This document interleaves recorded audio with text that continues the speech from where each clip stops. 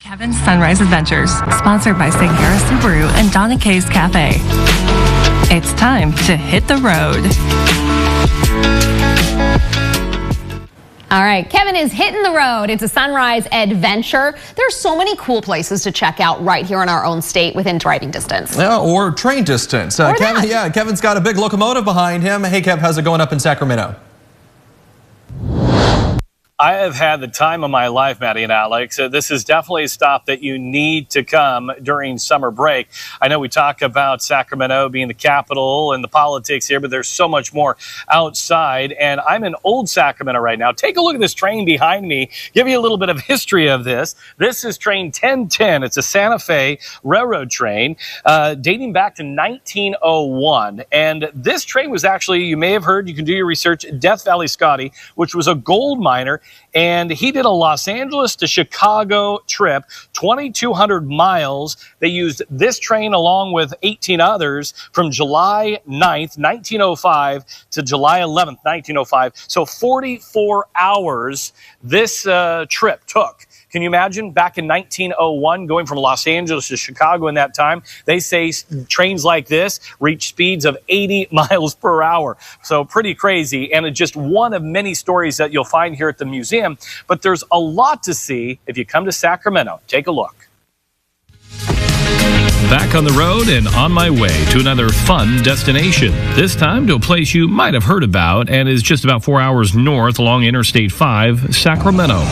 While we know it for its politics and the capital, this city offers so much more. One of those places, the Midtown Farmers Market.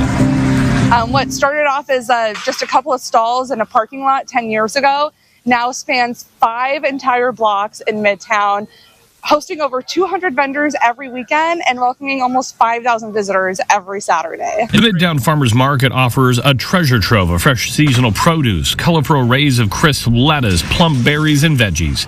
But what caught my eye was the baked goods. Nothing like getting a fresh loaf of bread or a pastry on a beautiful Saturday morning. But that's just a taste of what you'll find here. We have Artisan Alley, Boutique Boulevard, Merchant Market, where you can find all of our artisans and craft vendors. You'll even find yummy snacks for our four-legged friends. Dave Heiser started Heiser's Healthy Dog Treats in honor of his pup Zion. Handmade, homemade, delicious. I eat them myself. The Midtown Farmers Market isn't a walk in the park. You can be here all day. But after taking in some tunes, I had to get back on the road for stop number 2. After the farmers market, you have to come to Old Sacramento and visit the California State Railroad Museum. You'll get to see beauties just like this. This museum will take you back in time and bring you to the present. We sometimes forget the history of the locomotive and how it shaped our country and the world. We really are a museum of railroad culture and history, which is all of our history and culture. As you walk through the museum, you'll be captivated by how railroads played a pivotal role in shaping the West. The museum's impressive collection includes locomotives, railway cars, and a wealth of artifacts that tell the story of California's railway heritage and how it shaped Sacramento. Our local history is world history. We're the home of the gold rush. We are mile marker 0 for the building of the first transcontinental railroad, which really is the basis of our global world. Whether you're a train lover or not, this is a must-stop in Old Sac. After some time with the railroad, I took a walk around the streets of this time capsule. It was amazing to see some of these buildings dating back to the 1800s. So I decided to make a stop at the Sacramento History Museum to learn more. We try to go from, the 1840s to today. We are multicultural. We look at a lot of different elements of Sacramento's history and also its role in the larger state and national history. The Sacramento River played its part in the city's history as well. In fact, Old Sacramento was lifted in the 1860s after flooding devastated the area. You can take a tour that explains how this engineering marvel took place.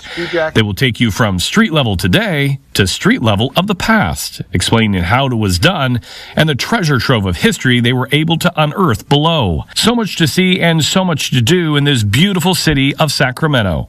Now it's time for you to pack up and head this way to explore it for yourself.